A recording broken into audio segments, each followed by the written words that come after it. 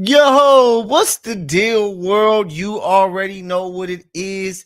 It is the greatest tag team duo in this media game. If you don't know, now you know. We are here for this episode where it's going to be a lot we got to talk about, good and bad on my end, but everything's going to be all right.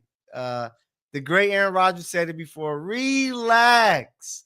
And we're going to talk more about that. But I'm here. Mykell Mathieu with my guy Eric Lambkins the second. Lamb, what's the deal, Brody? Hey, some people are a little too relaxed, but you could tell by their record. But we'll get to that in a little bit. But what's up, world? You know who it is. It's the tightest tag team tandem this side of the galaxy. We are the Misfits, where we encourage you not to fit in, but find a way to stand out. Now, it wouldn't be me if we didn't have a little Lamstradamus in here, a little political E in here. We got a lot to discuss today. We got a full catalog, a full slate of stuff. But on top, let's get started with where we are. LA, Kels, what's first on the menu? Hey, we always got to talk when it comes to LA, baby. We got to show love to the city. So shout out to our fellow what is it? Angelinos? That's the term, Yeah, Angelinos. Angelinos. Shout out to the Angelinos out there. Um Much love to you. I had a debate earlier with somebody about they're Wait, not from wait. here. Was this a real debate or just you giving a horrible take? No, I'll give stupendous takes. It was a debate about L.A. Like they were saying, "Oh, this is L.A. too." They were saying Long Beach is L.A.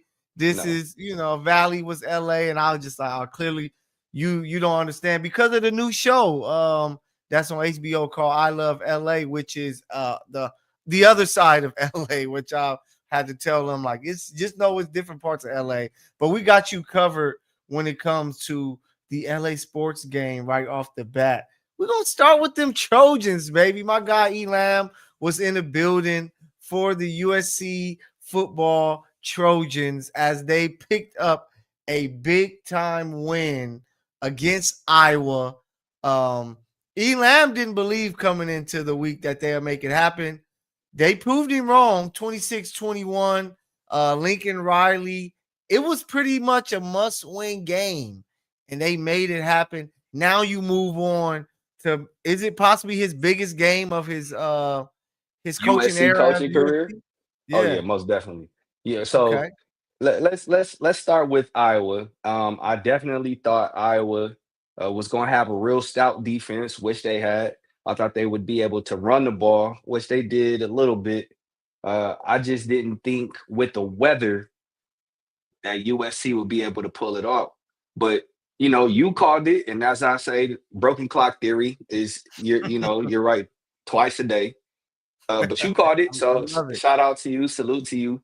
But yeah, man, it was a crazy game. First off, man, it was, I don't know about you, man, but my toes were freezing from the rain, walking in the rain, and I had on rain boots. So it wasn't like Ooh. wet and cold, but they were definitely cold. It was very chilly. I was super soaked. But I gotta talk about, man, the pregame before the game, Hey, man. that's what I wanted to get to because I'm like, it was a whole show if you don't know. Now you Because know.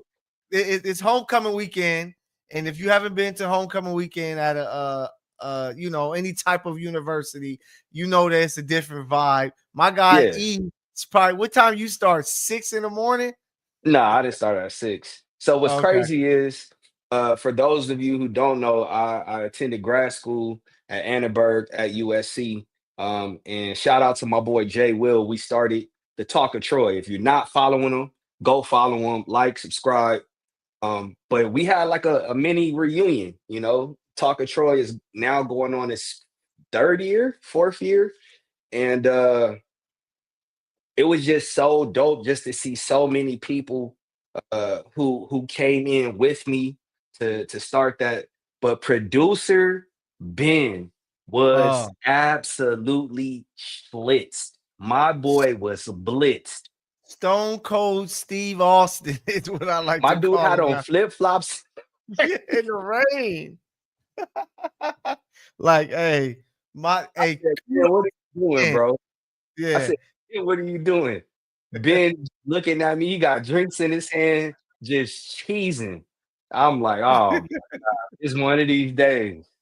But I know you had a story about producer Ben because I had to take off and go No, get stuff. yeah. When I pulled up, my boy producer Ben was I thought he was lost. I'm like, I saw him, he's walking around, he got that look on his face that he went crazy at the party. And I'm like, Ben, where are you going? And he's like, man, I gotta go to this. And I'm like, wait, I don't know if he should be walking in the rain with flip flops on anywhere right now.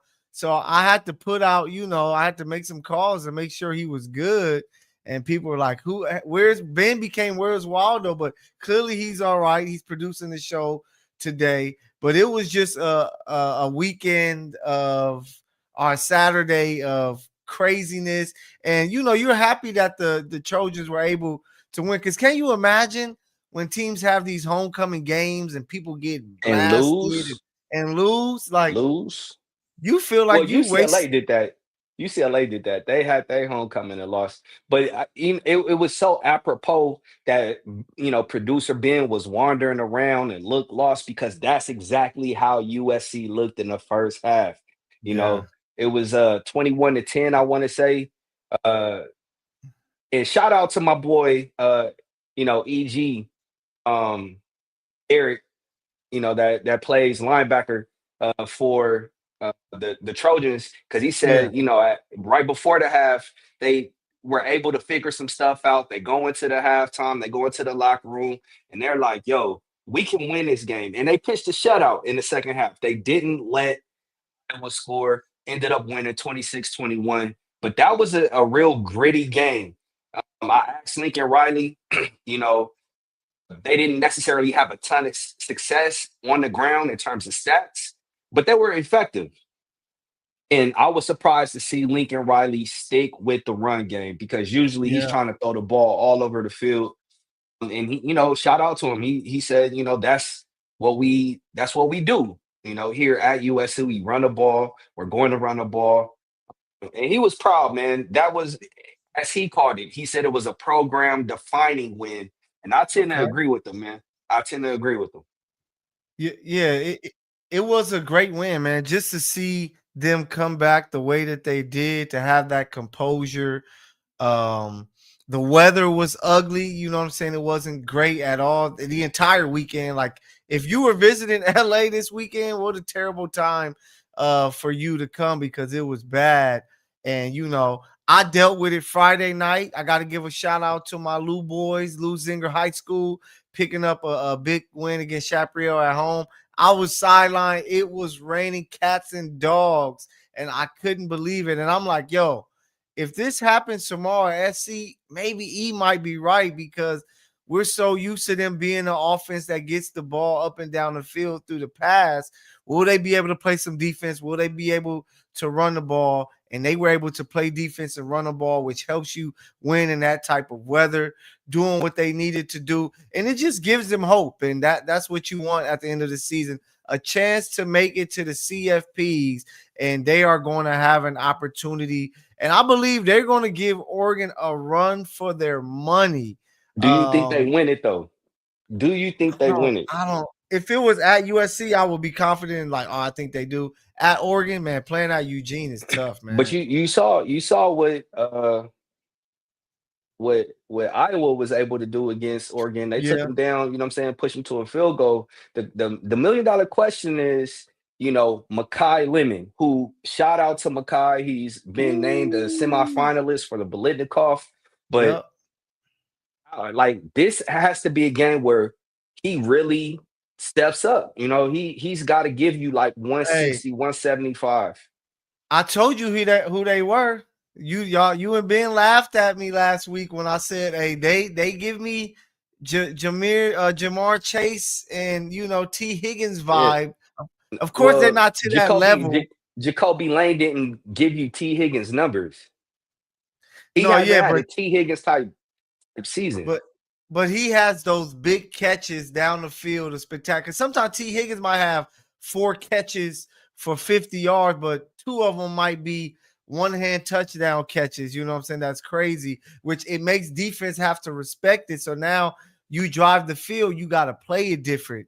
And the way that Mykell Lemons is playing to get that honor to be a semifinalist for the Biletnikoff, I know that Jeremiah Smith is amazing. That guy is a stud. But what Lemon has been able to do, no one expected this USC offense to look like this. Before the year, some people had them losing 5 games and such. But Mykell Lemon has been a great catalyst as that go-to receiver. He's probably still running open right now somewhere. That's how good he's been when it comes to his route running, and it just opens things up for the Trojans offense, and it's gonna give them a fighting chance, man. I can't hear you, Eat.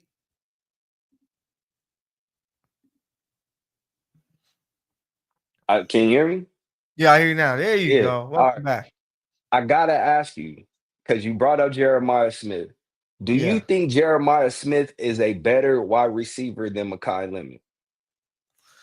I think he's more physically gifted, right? He's a bigger body, faster with his speed. But when it comes to just knowing how to get open, finding that soft spot in zones and stuff like that, I'm gonna go Mykell Lemon. You know, like when it comes to the big plays down the field, the scouting combine, the numbers that Smith may put up, you might be like, yo, he's for sure better than Mykell Lemon. But when you put on a tape of football games and you see these guys play, you're going to be like, yo, wait a minute, I don't know. And that's where I'm at when it comes to that debate. I think maybe I'm wrong. I have to check numbers of some other receivers, but I would think that Mykell Lemon will win the Biletnikoff the way that he's been able to do it. Because think about it. At one point, Jacoby Lane was hurt and he was still going off. So he was getting numbers when he wasn't really protected around him with other guys that can win one-on-ones and things like that. So if we're talking about this year as a wide receiver, I'm picking Mykell Lemon as the best receiver in college football. I mean, to me, I think it's really a no-brainer. You talk Okay. about the physical gifts, I'm looking at pure production. Mykell Mm-hmm. Lemon has 100 more yards or 98 more yards in 2 more catches, right? Mm-hmm. And then,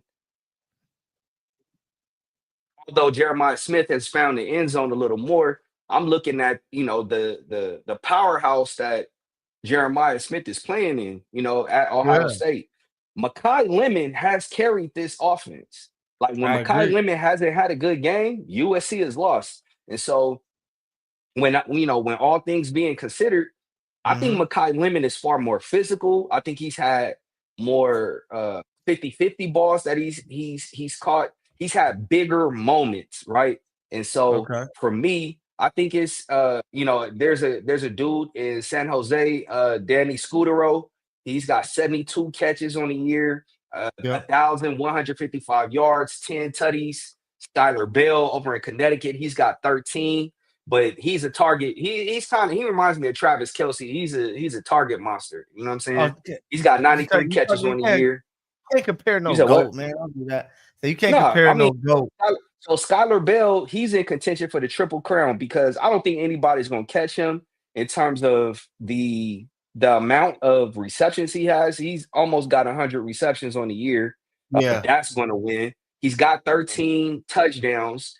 There's a dude, Camden Brown. He's got 12, but he's got a pretty notable lead on everybody, and he's only 4 yards behind the leader, Danny Scudero. But Mykell Lemon already 1,000 yards on the year.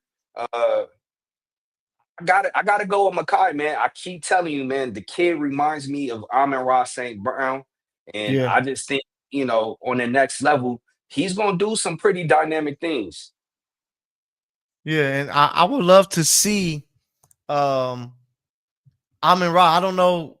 Does Detroit come to LA anytime soon? I would like to talk to him when we cover, what like the Rams game and say, hey, like, do you see, a little bit of your game with, Mykell Lemon over there at USC? Because I'm pretty sure Mykell is watching a lot of tape. Sometimes if you kind of like, squint your eyes, you be like, yo, I'm in Rob Backley. That's see, because they do some similar moves and things like that. But he's a special player, been playing special football, and he is going to have to, like you said, he's going to have to shine super bright if they want to upset Oregon. Because if he becomes a hassle to deal with in that game, I think that they can knock off Oregon, which will be insane if they But have a it's chance crazy to. because this might be a revenge game for Bear Alexander. You know what I'm Yeah, saying? So yeah. that's Shout that's out something Bear. to that's something to watch. Bear Alexander, he's been up there doing his thing. So I'm eager to see how Saturday unfolds. Yeah, it's gonna be fun, man. And speaking of Jeremiah Smith, we UCLA, Elam, they're back to being who they are after giving surprising us with 3 straight wins. They get smacked up by the Ohio State Buckeyes. The Um, Ohio State. yeah, the Ohio State. Sorry about that. I usually call them the Southern University of Southern California. So, but I'll give Ohio State their love. They dominated UCLA from the jump. Nobody expected anything different. Um, so you remember, like to take us back, and take you viewers back a few weeks ago, the praise that we were given on this show and some of the national praise that was given to UCLA about new Heisel and the new interim coach that's there right now. Does all of that fade away because of the tough stretch that they go through, or do you think UCLA should still look at what they were able to do during that small stretch when No, I, possibly I think bringing them you back you this got to year? consider it. I think you have to consider it, but not that I've spoken to anybody, but I think this next hire is more on Martin Jarmon than anything. He's already fired Deshaun Foster. I think Mm-hmm. what he's able to do in I say the first 2, 3 weeks after bowl season ends, after it subsides in the new year, if he doesn't hit a home run in terms of bringing in a coach, a culture builder that's able to transform and turn this thing around at UCLA, he's out of there.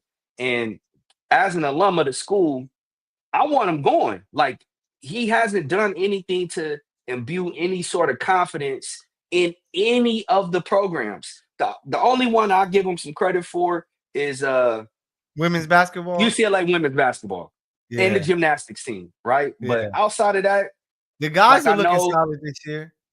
solid, but not championship, contender. Yeah, And we'll have UCLA to is see. supposed to be a basketball school. No, And yeah, this is yeah. what I say: like you can ill afford and being a I don't want to say a mid major, but we're like devolving into a mid major. But if you're in one of the power four conferences, you gotta hang your hat on one of the two sports that generates revenue, football or basketball. And Yeah. UCLA, they're one of those in between programs in both sports. They're a middling, athletic franchise, and Mm. that's not going to do anything. We say it all the time. In order for you to get support and Support. patrons to come out, you got to win. Win. Like James said, you gotta eat them W's. But I got a crazy idea. UCLA, hit us up. Why not let the Misfits have a summer there to help you guys get your programs exactly where they need to be? We can be online. We can show up to parents' houses to talk to prospects that you can possibly get there. Let us help you make some decisions. I think we got some great ideas to get UCLA football and some of the programs right. So, hey, there you have it, UCLA. Hit us up here at the Misfits Live. Just like the rest of you guys, make sure y'all go follow us on Instagram. Show us some love. Hey, the chat, they talking about our guy Bear, saying he is a sellout through and through. He's just a product of his environment, Man, hey, which, listen, bro. He lives in a capitalist society. The dude hey, is that he's part. he's taking his talents to the highest bidder. Can't get mad at that. And they got to figure that out though. Like I remember covering the UCLA game last year, and I saw a dude's player profile said this dude has played for 5 universities in his college career. It is nuts. But let's see UCLA. They're gonna be back at it this week. See if they can get some things going.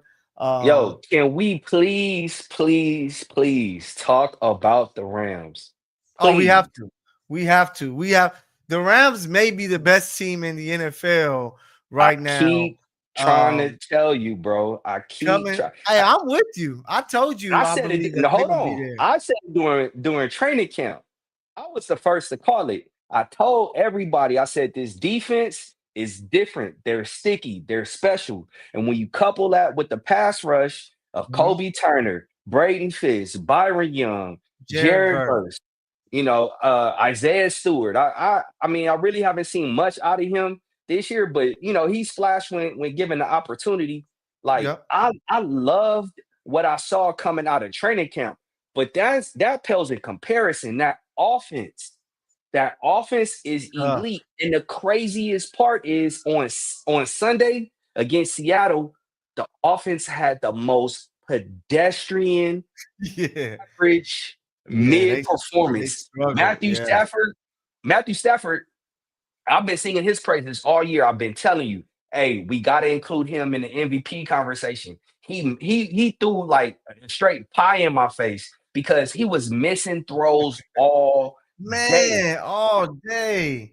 And I But felt it because I got no, go. Devontae on my squad. I got Devontae Adams on my squad. And there's So he so gave you many he gave you that passes. touchdown, that 1 yard touchdown. He gave me Yeah, the so shout out to Devontae, who has been everything and beyond what this team expected. A lot of people felt, that he wasn't gonna be the same. That's why in a lot of fantasy drafts, he wasn't drafted as high, but the man has 10 touchdowns.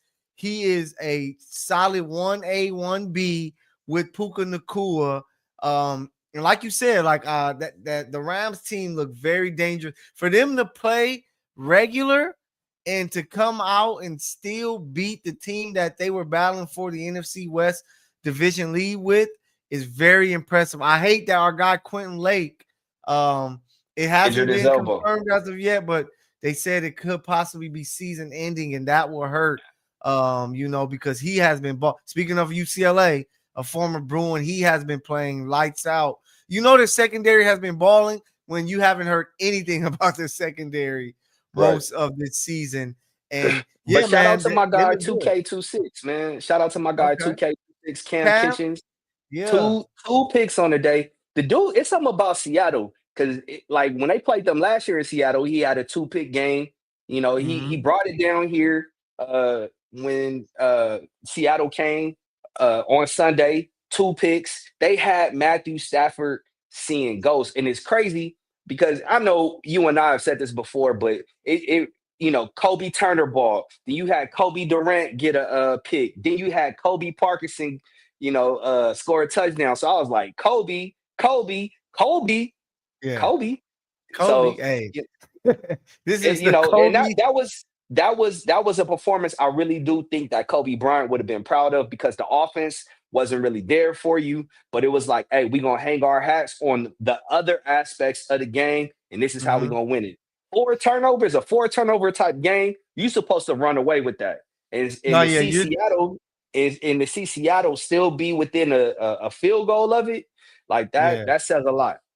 Yeah, and Seattle is going to be tough. Of course, former Trojan Sam Darnold has to be way better if they want to beat the Rams, and they're going to see him again there in Seattle. But it was just a good playoff atmosphere type win. You know how playoff games can get ugly to where you don't know what's going to happen. That was one of those type of wins, and it gives them an early advantage. At 8-2, they're up a game and a half, pretty much over the The Seattle NFC West is Seahawks. theirs. The NFC Yeah, West is theirs. yeah, I'm if they I'm can I'm take care of going to business. concede the NFC West is theirs. The Rams, Okay. I think they're in position to lobby for that number one seed, which you want, Yeah. because right now, if the playoffs start today, the Rams will be playing the 49ers. I think that's an easy win for the Rams. Hey. And but but when you look at how the Eagles have been playing, particularly on offense, Yeah. that is a team that can be had. That defense Mhm. is super elite. That Yeah, defense is defense is elite. crazy. Quinyon Yeah. Mitchell, I love what Jalen Phillips has brought to that pass rush. Okay, Cat. Jordan Davis, and what's my guy that Jalen Carter, Jalen Carter, yeah. balled out, Punch balled out. Punch But Carter. then you get like a N'Kobe Dean who's carrying wide receivers and tight ends and running backs, Yeah. 20 yards down the field. Like, if you're getting that type of coverage out of Nakobe Hey, Dean and we were at and, the and Zach draft. Brown, We were at the draft, and we were like, how the heck did they let the Kobe Dean fall to the Eagles? And now he's playing like he did at Georgia. But the Rams needed to win an ugly game like this because when they see the Eagles in the playoffs, maybe a team like Green Bay or something like that, it's going to be an ugly type of game it's because that's it's how a those it's a teams play. two-team race. The NFC I'm is a with you. two-team race. I'm with It's you. Rams, Eagles. I think that's the But hey, NFC championship right there. you still gotta beware, especially when it comes to the Rams and 49ers. They may try to sneak another. They may get some high fives on this. No, I'm just playing. But you, But no, you could bring up the 49ers. Like, yeah, they have their bye week 14. The which biggest is question mark is crazy. does Brandon Ayuk come back? And if so, how does he look Yeah, upon what does his he look like? return? Yeah, Because your guy, the dude you call 50 Cent, white boy Rick, he was out there routing dudes up, but Brock Purdy just didn't really connect with him. yeah, he So, was going to it's Kittle a going to lot. take a little time for their timing and the chemistry to get back on point. But the connection that Brock Purdy and George Kittle has is undeniable. Yeah, I know you're a big Travis Kelce guy. I keep telling you, George Kittle is the better tight end. He's the better tight yeah. end, bro. Well, It's maybe now because it's the end of Travis' career, but like all time is it's Travis Kelsey.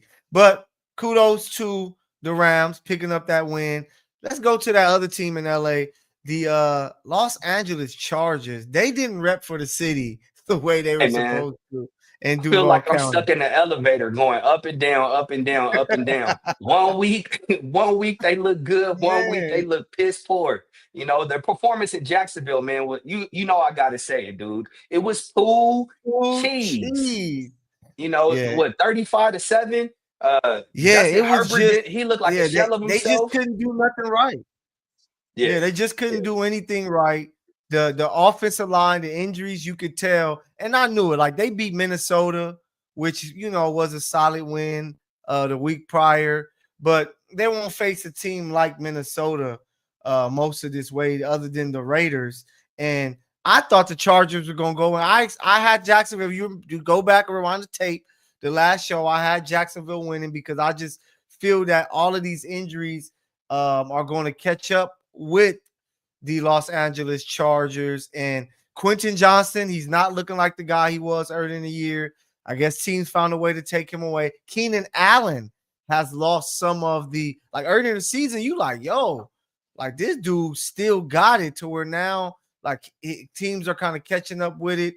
Um, their defense, which was number one last season, hasn't been as dominant as you will hope and expect it to be. So last week on the show, I said, hey, even with the injuries, they're going to still make the playoffs.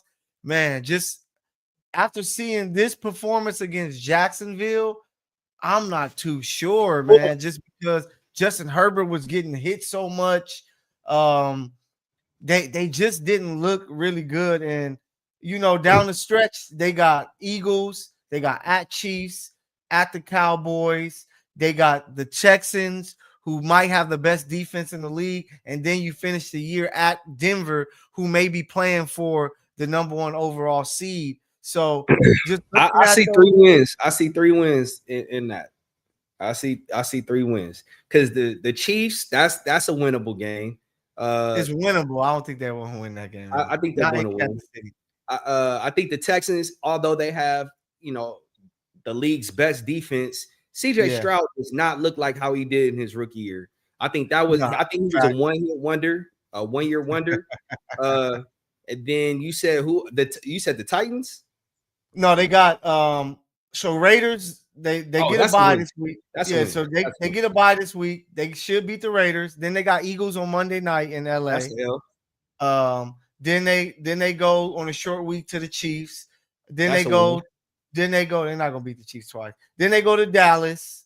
You said that about Denver, but okay. Dallas, that's a win. Denver won't beat the Chiefs twice. They got Dallas, then they got Denver Texas. wasn't gonna beat y'all at all. Then they at Denver.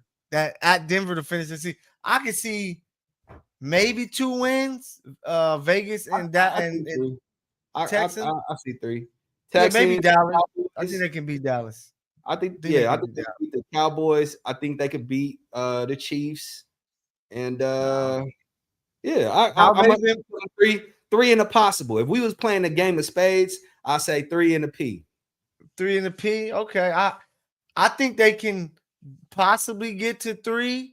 Like you said, it's gonna come down to that Chiefs game.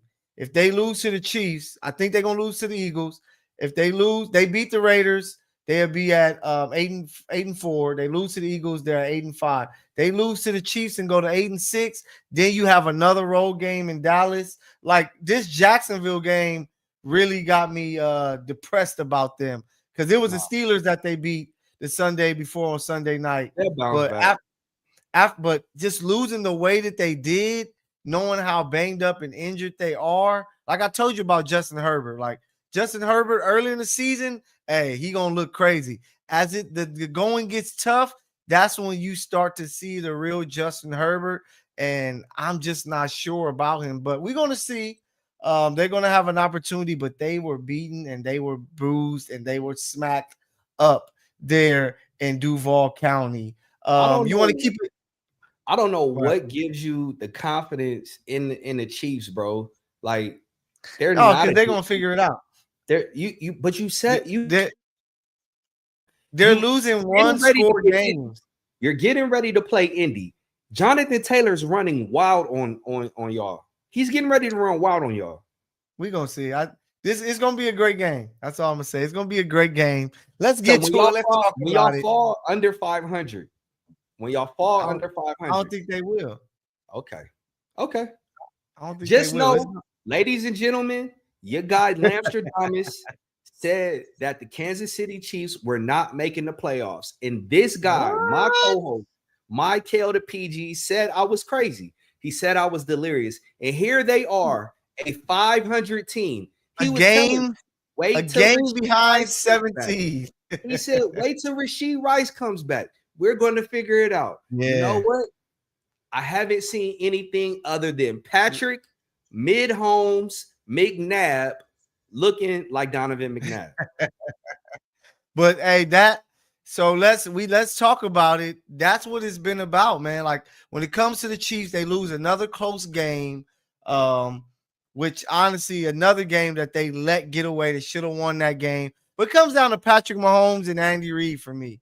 Andy Reid has to be better. He has to understand. First, you got to look at the defense. The defense is the prototypical bend but don't break defense. They don't have true playmakers that's going to take the ball away. So you have to understand what you have in front of you. So that's why Andy Reid has to build his offense around that. 15. I thought this was the world beater. Hey, this is the as so you like to refer to him as the baby goat.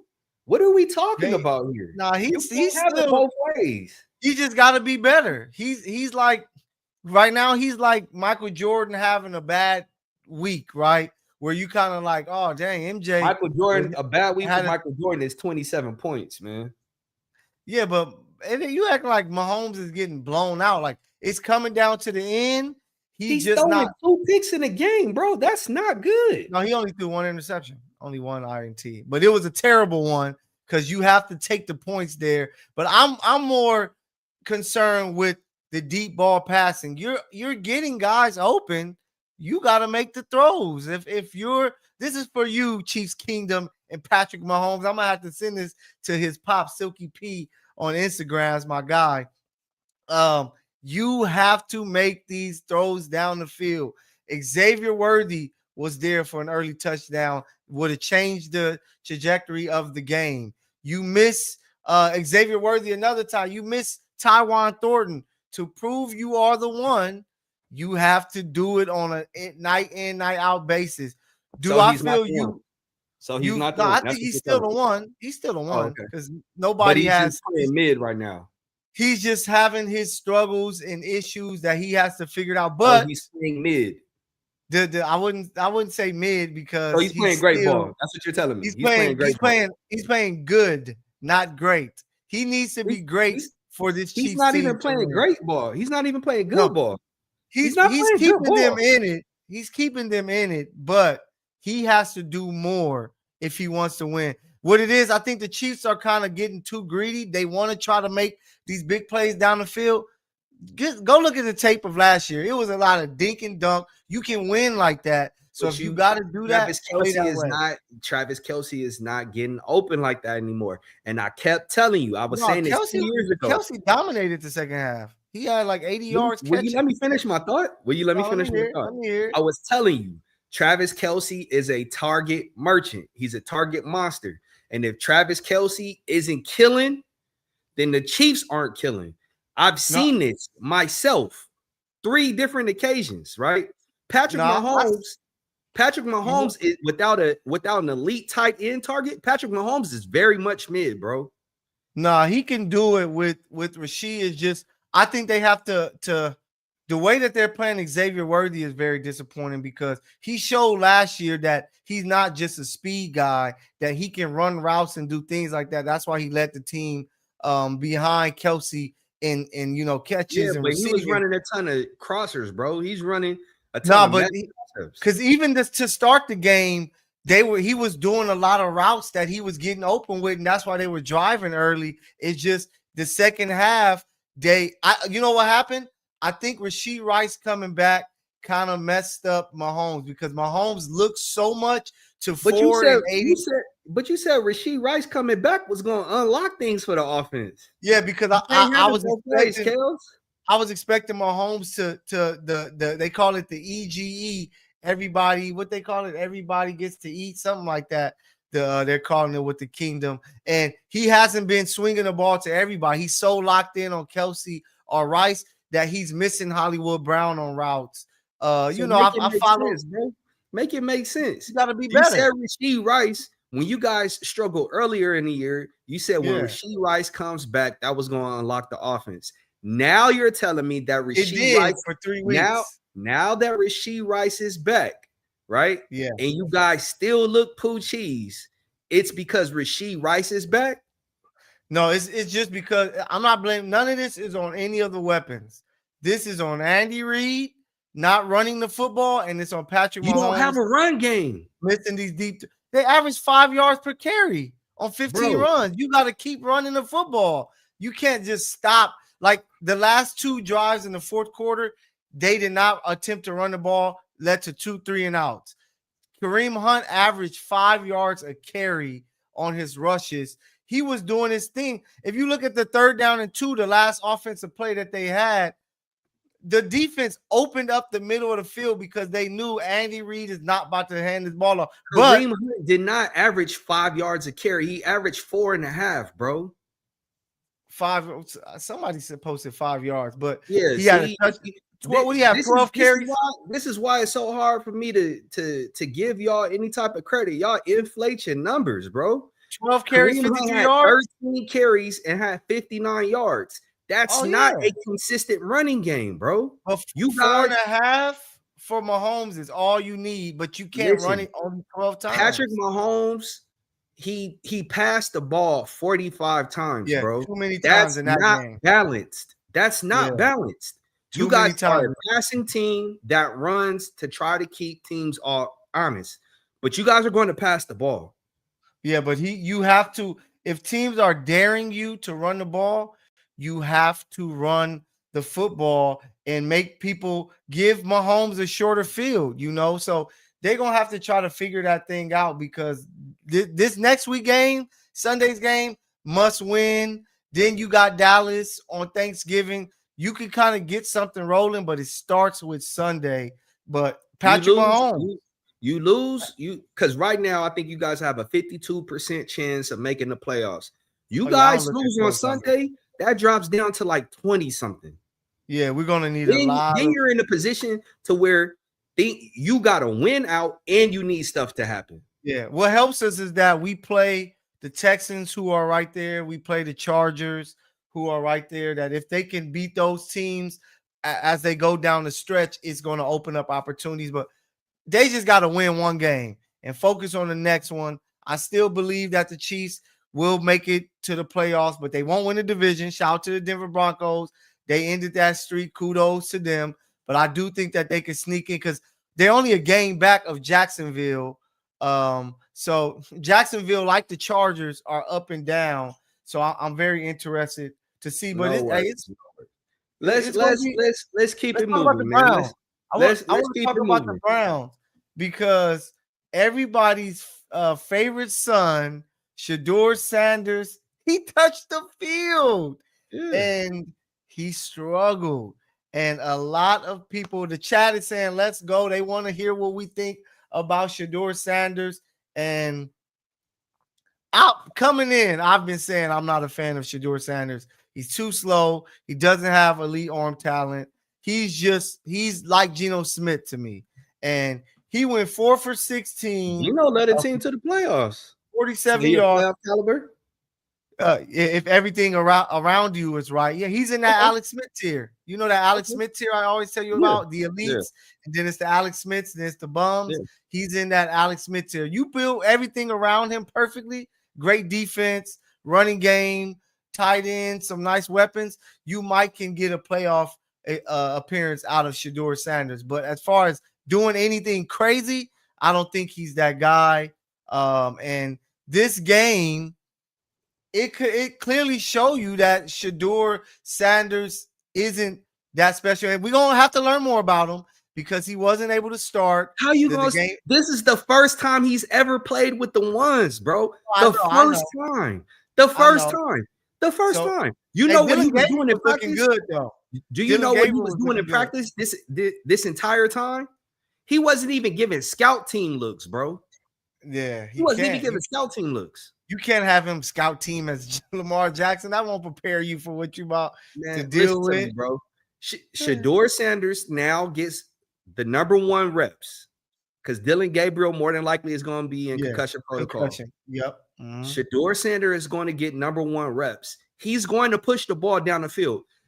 Dylan Gabriel, he is the ultimate check down merchant, and he misses people like 5 yards away from him, bro. Dylan Gabriel is poo cheese. He's the definition.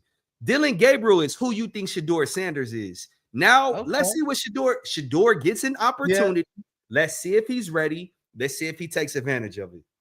I'm going to give him that opportunity because, I got to see him do some things. But like I said, I wasn't really a fan of him coming out. Shout out to Josh Allen, 6 tubs. They pick up a big win, him doing his thing. Shout out to your guy. You haven't really mentioned his name as of late. I wonder how you feel about him, but your boy Caleb Williams and the Bears just find ways to win, bro. Like I'll be turning away, like, bro, they about to lose to the Vikings in 7-3. The Bears are the Chiefs of this year, bro. The Bears are no, that's the Broncos. Every time you think they're out of it, somehow, some way, the ball bounces their way, bro. Yeah, they find ways to win. So shout out to them. We mentioned the Eagles. Caleb Williams, he's been looking like very pedestrian, very poochy. Yeah, bro was 16 for 32. Like what? And y'all won that game? Like it's crazy. But they're finding ways. Shout out to the Eagles. They get the Sunday Night Football win versus Detroit. Dallas Cowboys, they get a Monday Night Football win. A lot of y'all just probably watched it. 2 teams that don't look any good, to be honest. 2 teams that are already setting the draft boards, bro. They're already setting the draft. Yeah, so we'll see next week. We got some great games. Buffalo, I want to see that Buffalo at Texans on Thursday night to deal with that defense. But that's like when Josh Allen lost to Miami Dolphins. Nobody expected that. So the Buffalo Bills can do anything to surprise you. We got, of course, Chiefs, Colts, Steelers at Bears. Can the Bears do it again? Like if they win another 17 to 15 game, Elam, I'm going to lose my mind. You got Drake May. They got the Bengals. They're continuing to play well. That's a win for them. Yeah, they should. It's going to come down to them in Denver for the best record in the AFC. Sunday Night Football, Buccaneers at Rams. That's going to be another good test for the Rams. See what they do against that explosive win for the Rams. Easy? Easy win. He said, book it. Go to Vegas. I'm saying Rams by 10. Oh, I think so. I think their defense is going to be tough. But Bucky might be back, though. Bucky Irvin might be back. Bucky might be back. Okay. That might change everything. I'm yeah. putting an asterisk next to that. If Bucky comes back, I'm gonna still go rounds by 4. No Bucky Irvin, rounds by 10. Okay. All right, and then Monday Night Football is going to end with the Niners hosting the surprising Panthers. But that's it for the gridiron. I'm done with that. Let's talk some hoops because we got to talk some basketball, and of course we're gonna start off here in LA. The Clippers. Has the Steve Ballmer curse begun? Another injury. Now your guy Derrick Jones Jr. is going to be out 6 weeks due to a knee injury. He's going to be reevaluated. Then they're already without Bradley Beal for the year. You already dealing with Kawhi Leonard being injured. They're just showing up and say James Harden try to save us, and he stole a game recently. They just lost to the Boston Celtics. The question: are they cooked, Elam? I know the Clipper Nation ain't gonna like this. Shout out to Mint. Shout out to our guy BJ, fellow reporter. It's the Clippers. It's the JV team of the city. They suck. I'm not surprised. Hey, I just got a text from one of my partners. Your boy AD is trying to go home. He's trying to go to Chicago. Yeah, he's trying to go to Chicago. He wants out of Dallas. So that makes sense. So yeah, that'll be huge. I thought you were gonna say he's trying to come and play with James Harden with the Clippers, but I honestly think, Elam, I hate to say it, Mint, we're gonna have to I know Mint probably gonna tap in and see this.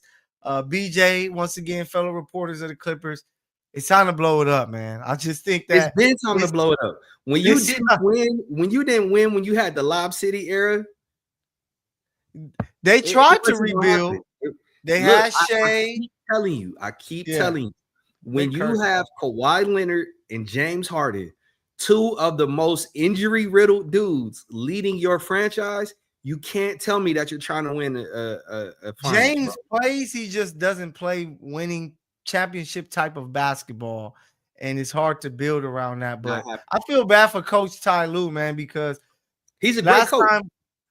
Last time we were in the building, Elam, and he just seems so frustrated. He's just like, man, I've been here. I've never been able to coach my full team for a season. And like sitting there, I was thinking like, damn, he's right about that. Like Kawhi has always been injured. Somebody has always been hurt. Last year when they had it really going, Norman Powell goes down and get hurt. And then they have traded Shea. You shouldn't have done it. This is why I keep saying youth is an asset. It's such an asset. I understand you want to get superstars and box office players in the building, but you can't give up on a dude that's clearly showing you if you continue to stick with him and nurture his development, he's gonna shine, he's gonna flourish. The Clippers had Shea Gilgeous-Alexander in the building in their uniform. Mm-hmm. That could have been the future. You didn't, and they had all those draft picks. All those draft picks. Yeah, all those draft picks that became Jalen Williams and other guys. I just really think it's time for them to really look into rebuilding and saying, hey, we got to start from scratch and figure this thing out because they're too injury prone. They're too old. We see the way that the NBA is moving. These teams are playing full court, picking you up, playing great defense that way and really trying to speed you up. And they just have all these old guys that can't keep up with that for maybe a game, yes, but for 82 games, no way in hell. And that's why I think that they need to just trade James Harden, see if some team will want, will take him. Nobody is trading for James Harden. Nobody is trading for James. They're not trading a lot. I don't think they'll get a lot back for it. But what they can probably trade something because of the tax apron, right? Mm-hmm. And salaries have to match. What you have to give up to match a James Harden, no contending team is doing that. No contender is getting ready to trade for James Harden. So the Clippers are in a tough spot, man. Like they're in a tough. Shout out guy, Big Baby Sport, Big Baby knows ball. He said the LA Clippers, the same old Clippers. So shout out to. Hey, shout out to Marcellus Wiley. Who else? Billy Crystal, all these huge what's Penny last name? Penny Marshall, all these Clipper fans. Beautiful, like beautiful crib. Hey, that's what it's like. That's what the Intuit Dome is. That person that has a beautiful mansion, and you like, yo, this is crazy. And you go to all the rooms, and you like, bro, this is a dope house. But then you realize something, Elam. They don't even got no furniture in here. They don't got no furniture in here. Like this is a beautiful place to be, but there's no furniture that make you really feel like it's a great home. Is y'all all laughed at like me. The White House. Y'all all laughed at me when I said this. The Intuit Dome is the LA Sports Arena with bells and whistles, bro. It's never full. There's no energy. They're not going to win. It's lit. They were better off just keeping the sports arena. It's only a matter of time before you're able to get Clipper tickets for a gallon of gas, bro. Just build a winner. Only a matter of time. Just build a winner. That's what the city is about. If you build a winner, people gonna come over there. But right now, they don't have a winner. They stink, and they got people questioning: was the Kawhi Leonard addition possibly one of the worst things that was done to this franchise? When many thought it was going to be one of the best additions to this team. People are really looking back like, man, we should have just stayed away from Kawhi and said, hey, we going to build from the youth. And I feel a lot of teams that do that. That's why, when it comes to the Lakers, I'm kind of like, man, let's stick with Luka, Austin, and all these guys and get 23 out of there. I wrote an article about it, but on the Sporting Tribune, go check it out. But yeah, I like staying with your youth and just growing into a team, because I need to make a shirt. Just because they got names don't equal rings. That's what it is. And people try to put all these names together and think it's going to equal a championship. It's rarely happened. Like, of course, you had LeBron and them do it. When KD went to the Warriors, which time? Miami. Oh, okay. But every time. The two times? No, 4 times. He did it. He went to join Kyrie and Kevin Love, and they got JR, Richard Jefferson, Tristan Thompson, like all these guys. Then he comes to the Lakers. It's AD, Kuzma, Rondo, Dwight Howard, JaVale McGee. It's like, but even that was built as a team, right?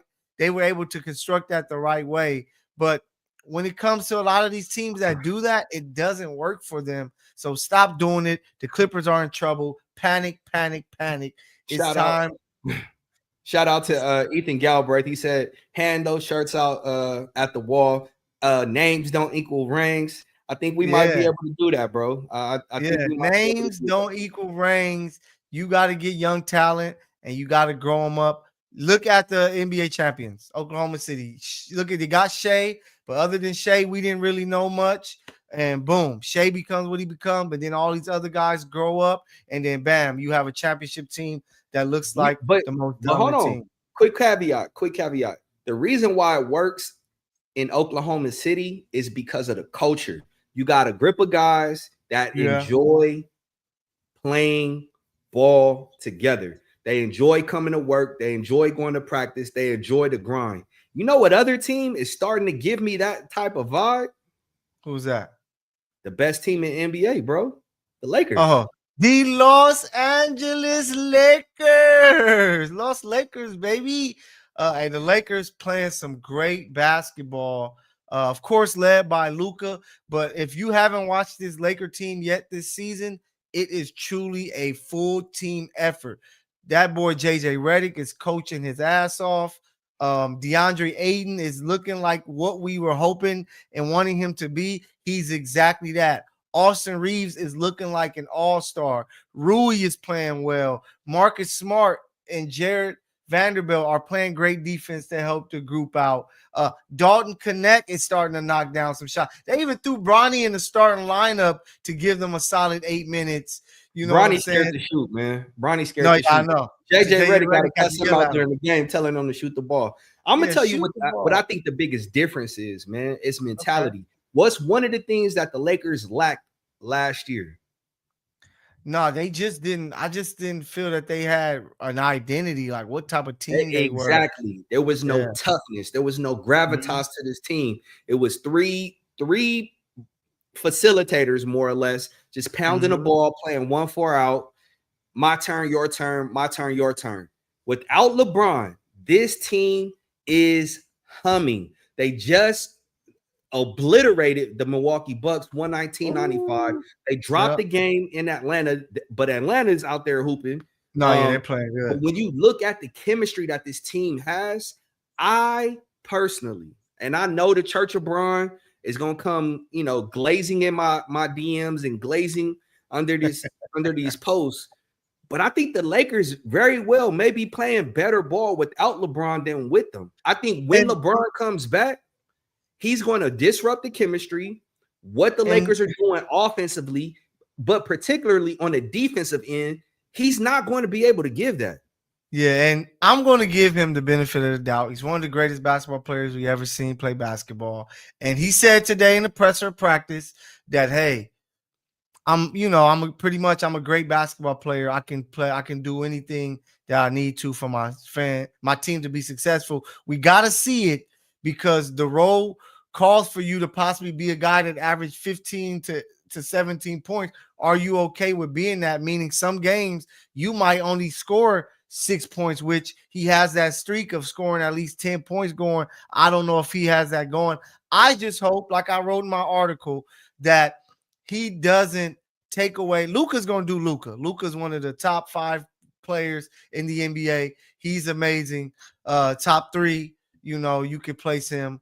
But I don't want him to take away from Austin Reeves. I think Austin Reeves does a great job being that counterpart to Luka, never trying to step on his toes, allowing Luka to do him. And then Austin Reeves can be like, okay, now I can facilitate, get people involved, make sure that the ball is moving and bring that toughness to where will LeBron be willing to consistently do that for Luka, which I think he will, but will he be able to allow Austin Reeves?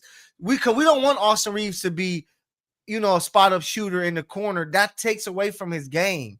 That's why last year when I knew what LeBron was going to do, I'm like, man, trade Austin Reeves because you need just more shooting around LeBron and Luka. But with Austin playing the way he is, they're 10-4. Ready to get a max deal.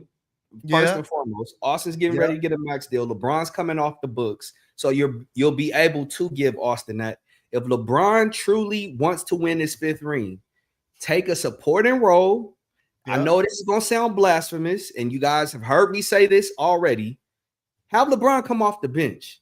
That way, if it's important for him to still get his numbers in an effective way, he can get his 20, 10, 8, 20, 10, 6, 29, 6 off the bench in a supporting role leading the second unit. Hey, and I got to shout out my guy, Coach Dave Miller. He saw me post that when you said that, and he said, never, ever, ever, ever, ever, ever, ever, ever, ever, ever. Because LeBron, there's too much ego there. He would never come off the bench. No coach, possibly in the history of the NBA, has that power other than maybe Pop, maybe Pat Riley, maybe Phil Jackson, Red Auerbach, guys like that. So he's going to start. I just hate because he's going to take Rui's I'm going to tell you why you're wrong. If Jeannie Buss was still at the helm, I'd agree with you. Jeannie Buss ain't in charge. Jeannie Buss is not in charge anymore. No, yeah, she's not the main. Jeannie Buss operates the day-to-day. She's not in charge. Mark Walter is in charge. And Mark Walter, above all, is going to put winning first. They will trade Bron before he's going to allow them to come off the bench. It doesn't hurt his legacy. I see my guy Ethan in the chat. It wouldn't hurt his legacy because it show this how bad he wants to win.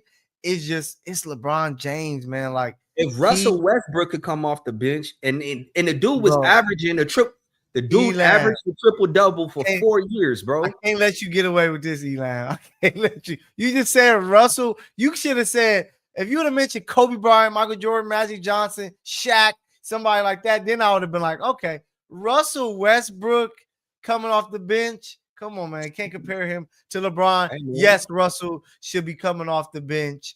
LeBron, I don't think it's going to happen, man. But hopefully Lakers keep it going. You can't have in this offense, LeBron doesn't give you any cutting without the ball. He doesn't come off of screens and shoot. He's not a spot-up shooter. He doesn't have any go-to move. He has to play 1-4 out in the pick and roll. That's not the type of offense that we're running right now. But let's see. Let's see if he's willing to adjust. Like, it's going to be like you were saying before. If LeBron comes back, he's not willing to adjust. The Lakers lose 3 out of 5, 5 out of 7, and it just looks shakier. The boos, the people are going to be like, yo, Bron, you're ruining this. That's when you're going to have more people joining our bandwagon or saying, get this guy up out of here. But I'm going to give him the benefit of the doubt. He's a basketball savant, one of the greatest players ever. I figure that he's not. If we can see this, Elam, as reporters and fans of the game, he has to see what's going on with this team and where he fits in. And I'm hoping that you telling me a player that has shown you that he doesn't have much self-awareness is all of a sudden going to be self-aware? You banking on that? He's 41. You know, hey, how you get old. He's got some real big fish to fry. The NBA has requested the cell phones and documents from 10 staffers on the Lakers organization in the probe for the Damon Jones gambling scandal. So LeBron's name is coming up, and I keep telling you, the vultures are starting to circle. LeBron doesn't have too many grains of sand left in this hourglass, so yeah, he's not as squeaky clean. I don't know how this all gonna play out. Yeah, he's not as squeaky clean as everybody make him, like this white sheet of paper with nothing on it. It's some stuff that's a little weird. Like I would see Damon Jones covering the games on the floor, and I'm like, oh, he just be hanging out. Like, that's crazy. Then I didn't even know he's LeBron. Supposedly he's LeBron's shooting coach. So that's why they allow him to be there. So, man, it's just crazy to see that, man, that this situation. How do you think this all plays out? How do you think this all plays out? Man, honestly, I think it's going to lead to the retirement of Bron, and it's going to lead. I don't think nothing crazy is going to happen, but it's going to lead to teams really monitoring this now, to be watching everybody around your circle or on the court and stuff like that on how this gambling stuff is working. That's what makes it murky, because Elam, if you were in the league and, you know, I'm your best friend, you know, I've been helping train you for forever, and you playing, and you might tell me, hey, man, like, man, my ankle a little bad tonight. I'm probably not going to really go that hard. You know what I'm saying? I'm going to be playing a little more like this. So, yeah, bet the under. What can you really do? You know what I'm saying? Hey, Ethan said this investigation is brought to you by DraftKings. Yo, I think it's so hyperbolic and so hypocritical that all this all this gambling stuff is coming up, because you, like, literally the next commercial when they go to break is a gambling one. Yeah. The craziest part in all this, I think and I keep saying it, there's so much information that you all don't know that is on the precipice of coming out. The floodgates are going to open, and I hate to say it, man, it's going that crown that he's worn for 21 years, it's going to get tarnished, bro. And we're going to see, man. He's close to, you know, they say he's questionable for tomorrow's game. So we maybe can see him before this week is up. But, you know, that's hovering there. Wemby, you know, as great as I believe. You know who never played in the G League? Michael Jordan. Kobe Bryant. Never played in the G League. They didn't need that. But, you know, that would have been crazy if Bron would actually play the game. That would have been wild.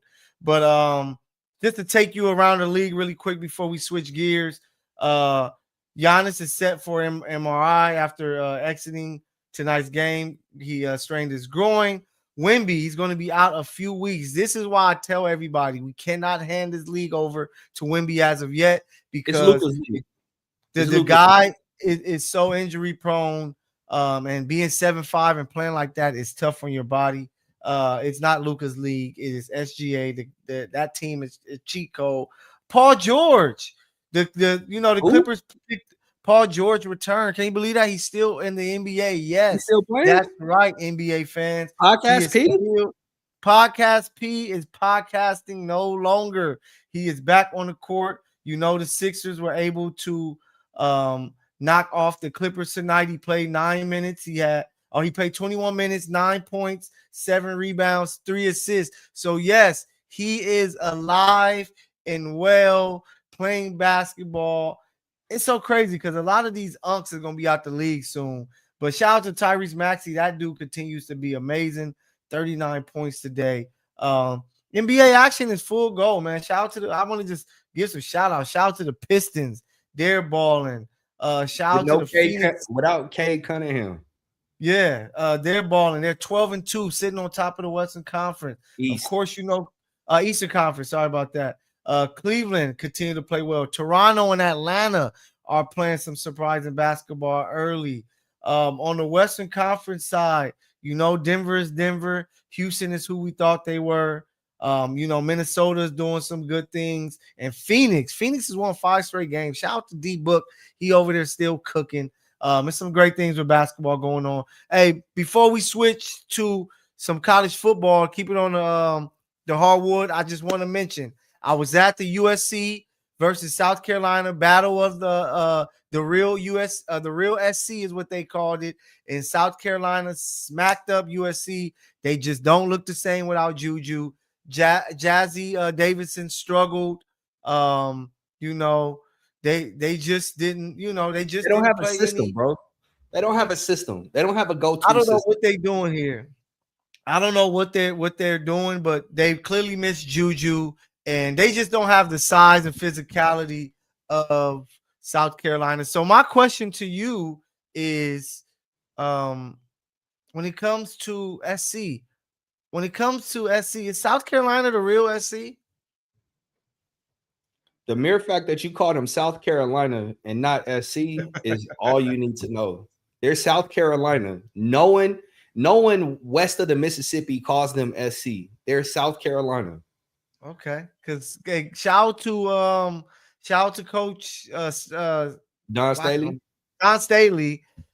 She said, "Yeah, right now we are. So we'll see them next year, and maybe they can take that title away. But we're the real SC. But USC is figuring it out. They're gonna try to get things right. But it was really dope seeing Candace Parker in the building, Aaliyah Boston, Jackie Young, De'Erica Hamby, Ray Burrell, Coach Lynn Robert of the Sparks, GM Reagan Peebley. It was just a good look, good vibe in there. But sticking with South Carolina, we got to talk about something, Elam, because it was a weird situation on that football field.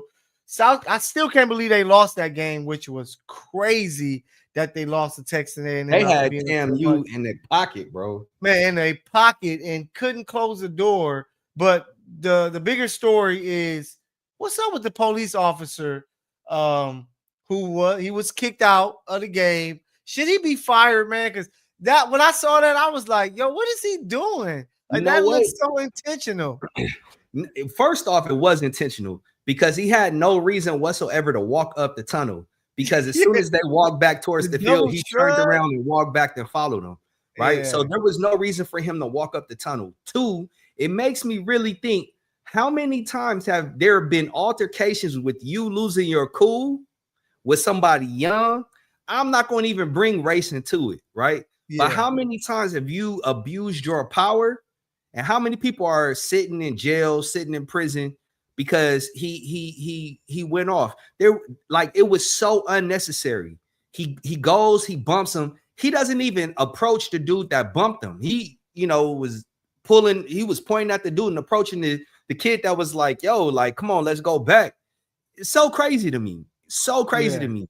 But it shows me how often police abuse power. But one thing that I can say that I have been able to take a little bit of solace and pride in was the amount of people who have all said, hey, this dude doesn't need to be a police officer. Yeah, right? Black, this white, dude has a legit Spanish issue. Yeah. He needs to go. And I agree. I don't think with what I saw, I don't think that's somebody that I feel comfortable with. With that type of character, you're like, I question if you should have given that type of power. I know that you're riled up, you're at the game, you're a fan of it, just like everybody else in that arena. But that's not why you're there at that game. You're not there to be this super fan cheering. If that's the case, you should have called off, got you some tickets, and been in the crowd. You are there to do your job and police, and doing that was just nasty. It made no sense. And I'm happy that they sent him away right after. I'm happy that they handled it so quickly. I would have been pissed if he'd have stayed there the whole game. Like, handle it quickly, bro. Get up out of here. We got you on tape doing some nonsense. And now that question of should you be a cop should be something that's there, because it was crazy. I don't know if that was my son or, my brother. I'm hopping down there. Like, you got to see me. He lucky. What I was nervous about was that him doing that was the player was going to boom, boom, hit him with a little, little 1-2 to where it would have been like, like it would have became something crazy. So shout out to both of those South Carolina players for having composure and not doing anything like that, because it was clearly out of left field. It was extra. So I'm happy what happened to him. Hopefully we see more with that situation. I'm glad do your job. I'm glad that fans got an opportunity to see what players actually have to deal with. Like, in every arena, talking about players have to deal with stuff like this from people in the stands, from people in the organization. This is like, you guys got a quick glimpse into the lives of an athlete. There's this expectation that they're professionals, that they, keep their cool, their professionalism at all times. But there was no expectation of professionalism from a peace officer. That's something that we gotta like really. That was nasty work, man. So I'm happy that it happened. I'm happy that he was told to leave, and now let's see what's gonna happen next with that situation. Before we get to our final topic, I just gotta say this real quick.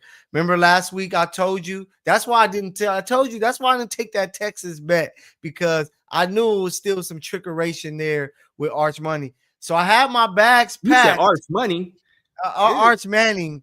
If it was any money, it'd be pennies. It'd be pennies. It'd be more like IOUs. I had my bag packed. I was waiting at the stop for the hype train, and then I got an alert. Oh yeah, that ain't the train you want to be on. I told you, Lambkins strikes again. I told you. I can't even say Lambkins, but that was easy. That's why I was like, I don't know. What you mean it was easy? Georgia. It was so many people that was taking Texas. Yeah, they were idiots, because it was at Georgia. I wouldn't place no money at Georgia. Maybe if it was at Texas, I would have gave it some type of look. But that's why I couldn't. I don't care if they would have played underwater. Pluto. Georgia was going to give them that work, bro. Arch Manning is not good. Arch Manning, y'all keep getting fooled by these Instagram highlight reels. Arch Manning is not good. No, he had been playing better, but he's not beating Georgia better. He's beating freaking Long Beach State University, bro. I don't even think he'll beat. Don't do that. The beach go crazy, man, in all sports. Shout out to them men's volleyball champions, defending champions. But yeah, he stunk it up. They lose any opportunity of going to the college football playoffs. It's over. I don't think the hype train is dead, because he's going to be back next year, hopefully to start. He better not enter that damn NFL draft. He's not ready. So hopefully he's going to be back for another year to start, and he's going to make it happen and be a much better player next year. So let's see Arch Manning get it together, but finish the season strong. Be ready to play college football next season. But Elam, let's take it away. Of course, here with the Misfits live with myself and my guy Elam, we are a show that's going to tackle everything sports, because we are sports fans and we're sports journalists that do this thing for real. But we're not just that. We talk entertainment, music, politics, and others. So before we unleash political E with the talk of the orange guy, you had a conversation you want to have about a video, Broken Play, on Hip Hop Podcast, and they were saying that, hey, music is supposed to be dumbed down. No one wants to hear music with a message. They just want to hear music and vibe. And I know watching that video, what I felt about it, I knew you felt a certain way. And maybe you out there, remember, you can hit us up in the chat.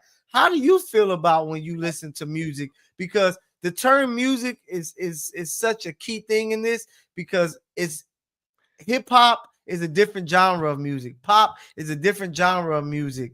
You know what I'm saying? Gospel is a different genre. Rock, hard rock, soft rock is different genres of music. These dudes were talking about hip hop, and I totally disagree with what they're saying. But I'll let you start this off. What's your thoughts on what the guys were talking about? You know what? If anybody is a true historian of the genre of hip hop, right? Yes, it started in the Bronx, in the party music, but there has always been balance, right? You have Grandmaster Flash and the Furious Five. One of the quintessential songs of hip hop is The Message, where it's talking about socioeconomic factors that malign the country, really, not just the Bronx. But there have always been artists that have been able to speak to the social, the socio-political, economic, quandaries that have existed in this country. So when I heard them say no one wants to listen to that, I was like, you guys sound so idiotic, because now you're overlooking people in the South like Goody Mob, Outkast, Scarface, people who are saying some real deal spitters. It doesn't matter if they came from New York and they were boom bap. You overlooking Kendrick, you overlooking my GOAT, Lupe Fiasco, Mos Def, Pharoah Monch. I can go on and on about true lyricism, and that's what so miffs me and frustrates me about this. Like hearing that clip, is you're overlooking a complete genre of hip hop, of real lyricists that make quality music. Jay-Z himself said it: if skill sold, truth be told, I'll probably beat lyrically Talib Kweli. So, like, Sean Carter is a very conscious dude, and can spit, but he sees how the business of hip hop, the business of music, operates, and was like, hey, I got to get paid at the end of the day. Yeah. And even that, like, I think that, I always tell people too, when I like rate, because what they were talking about on this post, we're going to probably have to post it somewhere so people can see. They were talking about hip hop. And when it comes to hip hop, I think that, of course, there's different sectors of it, right? You want your music that you can vibe to.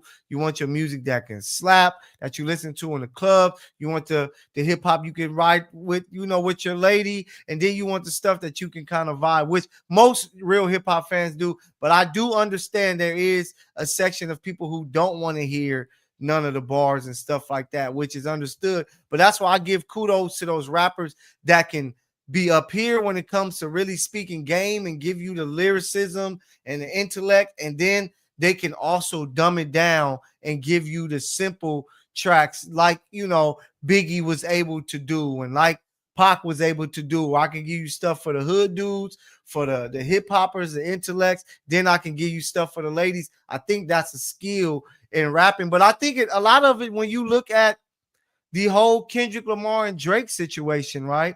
The two crowds, like, I don't know if you be seeing I'll be tapped in because I like trolling, but it be war online when it comes to and those dudes, are still they still champion, for P3DF, Yeah, but see, I think a lot of them on that side, you have they call the K-bots, and then you have the owls, right? That's what they call them on there. But I just think, like, on the owl side of it all, they like, man, I don't want to do all that thinking when I listen to my rapping, because they want to hear what Drake used to give you, where vibes are where you don't really have to do too much thinking, because some of the records he's not really talking about too much. So you just kind of like vibing and having a good time, where the other side is like, yeah, but our guy can do that, right?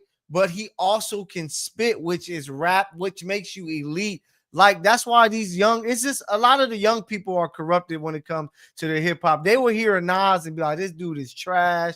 I can't rock with this." But then they will play NBA YoungBoy and act like he is the hottest thing to the music genre, and that's what I think the disconnect is. So it's the South. You know, in hip hop, who is forever? Or who the lyricist? Wu-Tang is forever. And Master Killer has a bar on the song Triumph. He says the dumb are mostly intrigued by the drum. And I like when I heard that back in 99, I think it was 99, 2000, it really blew me away because when I sit and think about again what the masses go for, it's the anthems, it's the club bangers, is what everybody's going to, you know, go dance to. But it's so crazy to me. And it's okay though. That's okay. I'm not saying there's anything wrong with it, but again, it needs to be balanced. And what we have is this major disconnect where everything has to be party, low vibrational music. You know what I'm saying? Like it's so crazy to me to see the term YNs. Like everybody's talking about YNs. Everybody's rocking cool shiesties. Everybody's on some like crash out mission. It's like, yo, if you lived in that type of environment and you really had to be a crash out, you really had to be on some ski mask status, you're not doing it because it's fun. You're doing it because you don't see any other way of trying to make it. You know what I'm saying? Yeah. And so for me, I take it really personally because I've had to be that person. Not because I'm proud of it, but because I had to try to, you know, put food on the table for my family. Yeah, and I'm happy that you mentioned this. That is why there needs to be messaging in the music, because there's going to be messaging regardless. There's going to be labels out there pushing the nonsense, the violence, giving you only Ice Spice, Sexy Red, and NBA the Cardi B's. You know what I'm saying? The young boys and all of those other rappers. But you gotta have this other side, that the J. Cole's, the Kendricks, the Jids of today, Chance the Rapper, you know, of course, the legends as well, because there has to be some of that, because if you just telling everybody to go crazy and be ignorant and be dumb, everything is going to get burnt down. So you need somebody to tell you like, no, this is what we need to be doing. This is how we have to. You just have to grow up. People don't understand with hip hop. You have to grow up. Look at the greatest of all time. They all grew up. Unlike any other musical genre, hip hop really begs the question: does art imitate life, or does life imitate art? Because it's this vicious cycle. It's this vicious cycle in hip hop, where it's all you see is guns, drugs, bitches, and hoes, right? Yeah. And I can only speak for my community. In my community, that's all you really see: gun, drugs, bitches, and hoes. You know what I'm saying? And so if that's all you see, and that's all you can, you know, really aspire to be, that's all you know. That's all you're going to ever be. Which is why I am a huge proponent of Wu-Tang. I have learned so much just listening to Wu-Tang. I'm not even talking about Mos Def. I'm not even talking about Black Thought. I'm not talking about Lupe Fiasco. I'm not talking about Nas, right? I'm talking about Wu-Tang. That's just one. And I'm going to wrap this all up. Everybody go listen to Lupe Fiasco's Dumb It Down. It is the most appropriate song on this topic. And, you know, kudos to Lupe. Great catalog. One of the best ever to do it.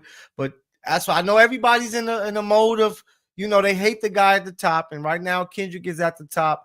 And people are mad that he may walk away with some more Grammys. I'm hoping that he can win that album of the year, because he is the perfect example that you have to have substance. People latch on to substance. When you don't have substance in your music, it just comes and goes. And yes, like a Drake, right, who I do rock with, when you can do it really good for a long time, yes, you're going to build a lot of fans. But once that stops, it can be done. So I You gotta always give say, people something they can feel, man. You gotta man, resonate with the people. who I always tell people, and I know some young rappers that got some little movement that's going up, and I talk to them, and I always try to tell them, like, I know what you're trying to do, but remember this: when it comes to longevity, if you want to stay in the game, look who has longevity. It's the lyricists, the people who talks about something. Because yes, you can have slaps on slaps on slaps. Eventually, those slaps get played. If you don't got a new batch of them, they're gonna go to the next artist that is offering the new slaps. It's easier to replace you when it's only about the sounds and stuff like that. But when you really rapping and you talking about something and you making good music, it's hard to replace that. And that's why Nas and Common and Jay and all of these guys are still hanging around and people still got their ear to them, is because that lasts forever. And vibes are great, but what are you talking about? Because I'm older, like I'm older, right? Even with Drake, that's why some of the disconnect I feel is that I'm older now. You talking about that stuff I was really tapped into in college when I was outside, it made sense. But now that I'm older, I'm like, bro, I'm not even thinking like that. Why are you still talking about dating these younger women, being in the club, bro? You almost 40. Life should be changing for you. And that's how you got to connect with your fans. And just only having slaps ain't enough, man. You know what? I blame Mykell for this. Mykell has been saying for the past 2 years that he was going to put out a mixtape. I keep putting his feet to the fire, but we already know Mykell is not a man of his word. Hey, he bet me his beard. He still hasn't given me that. He told me he was going to hop in the studio, give you guys 12 tracks. He's not doing that. Hey, but let's do it. Ethan asks, what do we think about the Clips album? I think it was cool for what it was. I think it was a moment in time, but I don't think it was a classic. I don't think it has any type of playback ability 5-10 years from now. There isn't an anthem on there where it was just like, oh, this was a moment in time. Let me go back and throw this album. That album was the perfect example of what I feel. The album isn't, but what I feel the perfect example of great hip hop is being able to rap the way that they did, but you still got to give us a hit that we can vibe to. You know what I'm saying? That's why I think GNX should win album of the year, especially when it comes to hip hop, because you had albums like Whacked Out Murals, Man in the Garden, Reincarnated, Gloria. You know what I'm saying? Where he was rapping, where it's like, but then he gave you the hit, Squabble Up. He gave you, Luther. He gave you Peekaboo.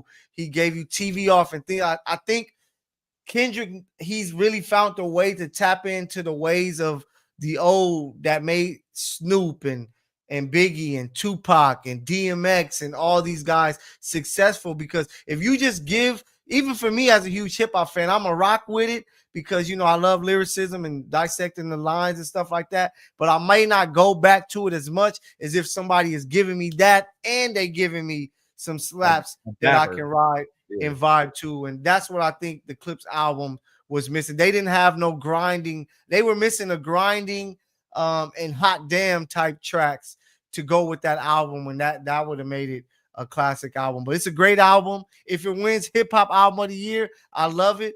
But I think GNX should win album of the year at the Grammys. But before we get out of here, Elam, we gotta give him some political E, man. What's the hot thing that you've been seeing out there? I believe it involves somebody that we all know.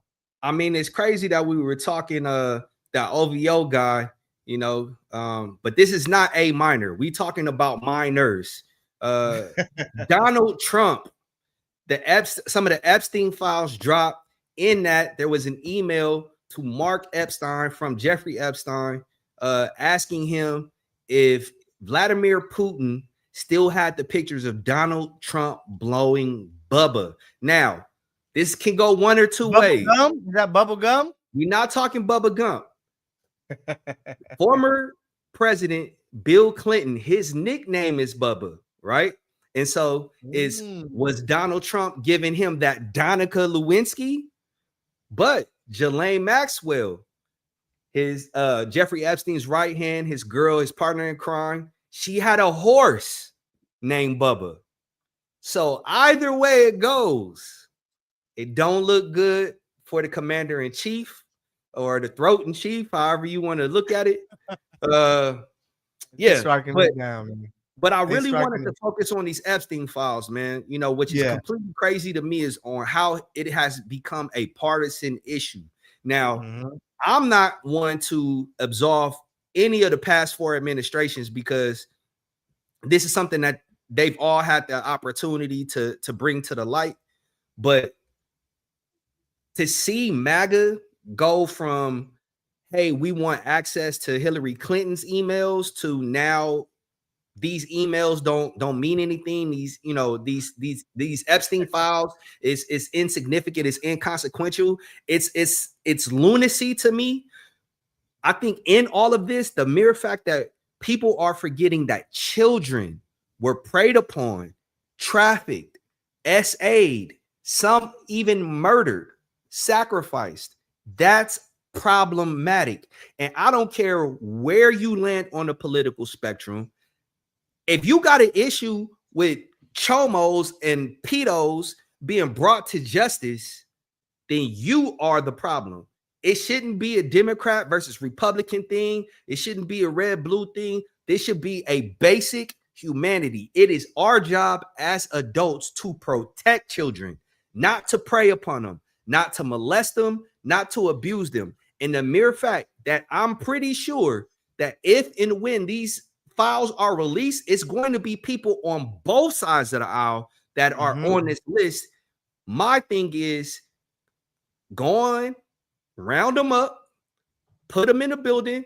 You can give me just give me like 5 grenades. Just put them all in a room. Just give me 5 grenades. I'll take care of all of them. You gonna hit them with the Game of Thrones, huh? The best thing to happen to a pedophile is for them to die. So wow, meet the grind. Ain't no second, ain't no coming back. There's no reprieves. There's no do-overs. If you abuse a child, then you're done for it. And the reason why I feel that strongly, I'm gonna be a little vulnerable. I was abused as a child, and so I know how that has had precipitating, impact on my life and just choices that I've made. I can only imagine when it's something that is a consistent pattern of abuse, when you're trafficked from powerful person to powerful person for powerful person for years. Yeah, bro, y'all gotta go. So that's political E for this week. Yeah, so hey man, everybody's gonna be looking out for these Epstein files. We need to know what the hell is going on, who's on this list, because something has to be done. Y'all need to be a part of this chat because it is crazy every week on this chat. It's a lot of stuff that I don't even get to. Somebody says, given the horse that Kirk. That is crazy. But we thank you guys for staying up with us after Monday Night Football or after college or NBA hoops that you may have watched, college hoops or whatever. We appreciate you. As always, next week we're back. More sports, more culture, more hip hop, more political E. What's your favorite duo? We will be at crypto.com tomorrow arena. Lakers host the Utah Jazz. Hit us up if you're gonna be there. Come show love, take some flicks. We hug, we sign babies and everything. Hey, producer Ben, I need you to clip this. Yo, what's up? It's your boy Elam, one half of the Misfits. I have a Call of Duty for all PS5 users. I have a code. I'm gonna give 2 away. In order to qualify for it, you gotta go subscribe to our YouTube page, and you have to be following us on Instagram.